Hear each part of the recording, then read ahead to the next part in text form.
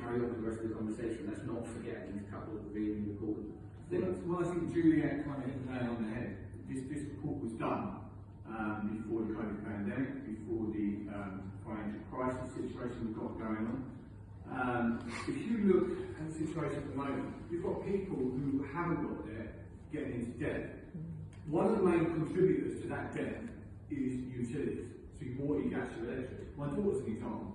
Never been in debt, 23-year-old, never been in debt with the electric, gas, and water. Now she's in debt, she's struggling. My ex-partner, who's got a 3-year-old child of mine, she's just over £2,000 in debt because the provider that provides the electricity and gas messed up the calculation of what she should be paying. She was paying what she thought was right for a year or just over a year. All of a sudden, well, actually, by the way, you've only been paying half what you should be paying. Here's £2 grand debt. She's been CAB, she's been in touch, she's on benefits too, because she's a lone parent. She does work part-time, but she suffers horrendously from migraines. So this has been an enormous stress for her. You've also got heaps on top of that, the problem with the cost of living when it comes to rent and property. Rents have gone through the roof over the last 5 years, and they're spiralling more out of control. They're going to continue to grow.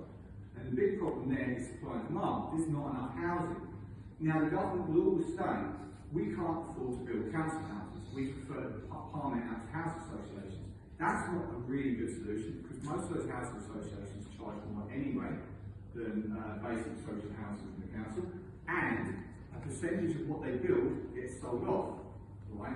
So if you build council housing, right?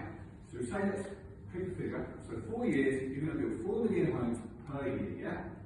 1 million at the end of the first year, right? You sell off at market value. You don't sell off cheap, you sell off at market value. That money is then re-put back into the houses that you've built.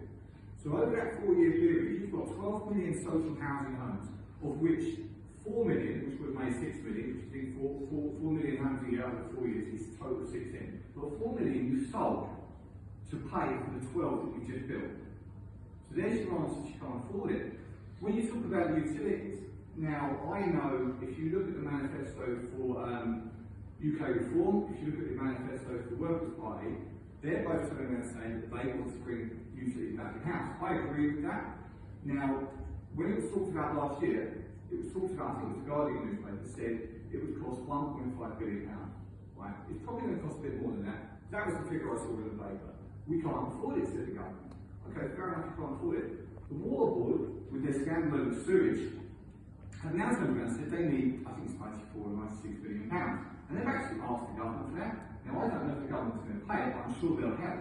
If you can help pay towards 96 billion pounds for one utility, surely you can spend 1.5 or 2 billion, whatever it's going to cost, to bring them all back in the house, sort it out, do what France did with EDF, and cap the utilities at 4%. Because in France, prior to 2018, they're only paying 4% more for their utilities. We're paying somewhere in the region of 70-80% more. And that is breaking people. People that are on low income. I work, right? My ex-partner works part-time, right?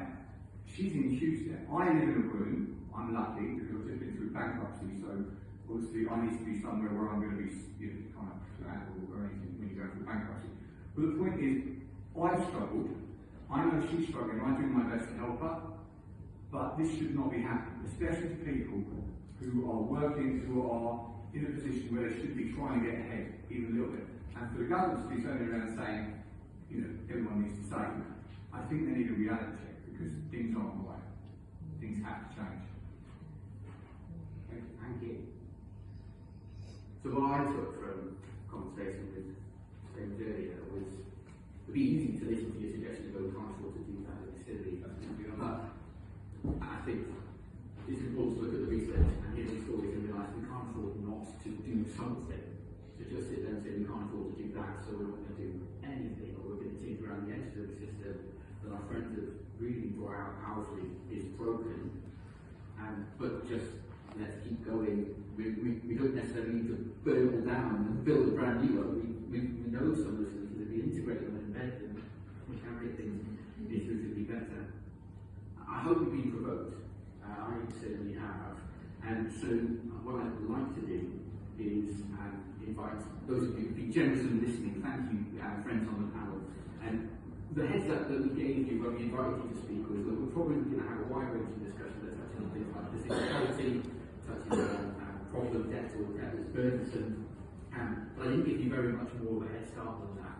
Confident that I know most of you quite well, and you'll forgive me, it's a bit funny, but also confident that you're as committed as we are to hear the voices of people with lived experience and